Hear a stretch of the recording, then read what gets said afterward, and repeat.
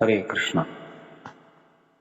तो आज के इस कोट में श्रील प्रभुपाद कहते हैं कि कोई अमीर व्यक्ति है, उसका पुत्र जो है उसे करने के लिए कुछ बचा ही नहीं है क्योंकि उसके पास बहुत धन है। तो उसके दिमाग में कोई एंगेजमेंट नहीं है, उसका समय बहुत है उसके पास, उसे करने के लिए उसके पास कुछ नहीं है। उदर निर्वाह का साधन करने की उसे आवश्यकता नहीं है क्योंकि बहुत धन संग्रहित किया जा चुका है उसके पिता के द्वारा। तो ऐसा जो व्यक्ति होता है जिसके पास करने के लिए कुछ नहीं है, उसका दिमाग कैसे होता है? तो प्रभुपाद कहते हैं शैतान का घर होता है, क्योंकि उसके दिमाग के पास, उसके मन के पास, उसके बुद्धि के पास कोई एंगेजमेंट नहीं है, कोई व्यस्तता नहीं है, कोई उद्दिष्ट नहीं है, कोई गोल नहीं है उसके सामने, करने के लिए उसके पास कोई कर्तव्य नहीं है।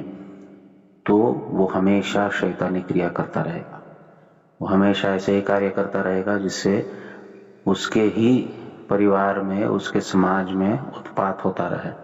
और ऐसे कई उदाहरण हम हमारे आंखों के सामने देखते हैं। इसके लिए बहुत बड़ा साक्षात्कारी व्यक्ति होने की जरूरत नहीं है, रोजमर्रा के जीवन में भी हम ऐसे साक्षात्कारों को देखते ही रहते हैं।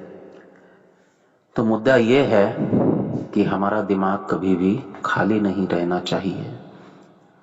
उदाहरण प्रभुपाद दे रहे हैं एक बड़े बाप के बेटे का, परंतु हम भी हमारे जीवन में अगर कर्म करते करते बड़े हो गए, अगर हमारे पास बहुत उपलब्धि आ गई, भौतिक उपलब्धि आ गई भगवान की दया से हमारे कर्म के आधार पर,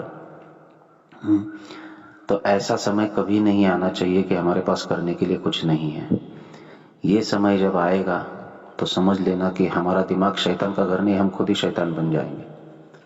तो ये समय कभी नहीं आना चाहिए कि हमारे पास करने के लिए कुछ नहीं। इतना बिजी, प्रभुपाद हमेशा कहते थे कि you should be busy, a devotee should always be busy. भक्त को सदैव व्यग्र और व्यस्त रहना चाहिए भगवान की सेवा में। थोड़ा भी समय उसे अगर मिलता है तो इंद्रिया और मन इतने शैतान हैं कि वो उसे विषयों की तरफ इस प्रकार से ले जाते हैं कि सालों का किया हुआ साधन जो है वो एक क्षण में नष्ट हो जाता है। सालों से इकट्ठा की हुई वो प्रेरणा, वो भक्ति जो है वो एक क्षण में नष्ट हो जाती है। और इसलिए आवश्यक है कि हम सदैव स्वयं को भगवान की सेवा में व्यग्र और व्यस्त रखें।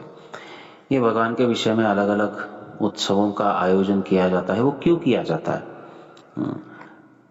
तो जो भी महोत्सवों का आयोजन किया जाता है वो इसीलिए किया जाता है ताकि हम उस सेवा में व्यग्र और व्यस्त रह सके।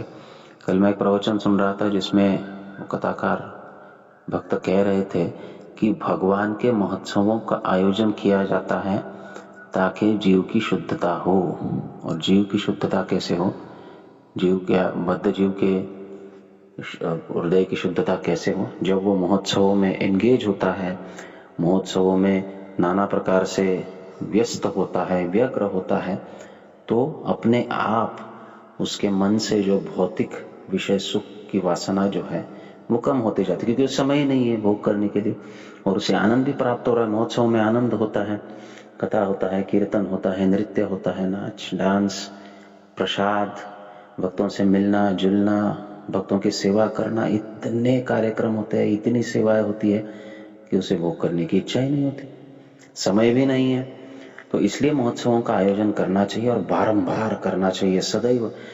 मनुष्य एक महोत्सव प्रिय व्यक्ति है। अगर हम भगवान के महोत्सव नहीं करेंगे तो हम माया के महोत्सवों में जुड़ जाएंगे, फिर हम किटी पार्टीज जाएंगे, फिर हम नाना प्रकार के सोशलाइजिंग में लग जाएंगे, पार्टीज में जाएंगे, डिस्कोथिक में जाएंगे, डांस फ्लोर पे जाएंगे, नाना प्रकार के उटपटांग कार्य करेंगे जिससे हमारा अधिक पतन ही होगा। तो उत्सव करना ही है तो भगवान के विषय में होना चाहिए। कथा का आयोजन हो, रथ यात्रा का आयोजन हो, कीर्तन का आयोजन हो, यात्रा का आयोजन हो, ये सब महोत्सव है। इन आयोजनों से एक एक जीव जो उसमें सम्मिलित होता है वो शुद्ध होता है। और ऐसे मास प्यूरिफिकेशन प्रोग्राम के द्वारा जो आयोजक है, जो उसमें सेवा दे रहे हैं, उसे बहुत बड़ी कृपा मिलती है।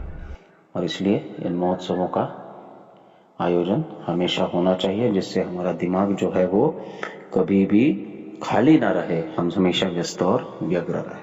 हरे कृष्ण।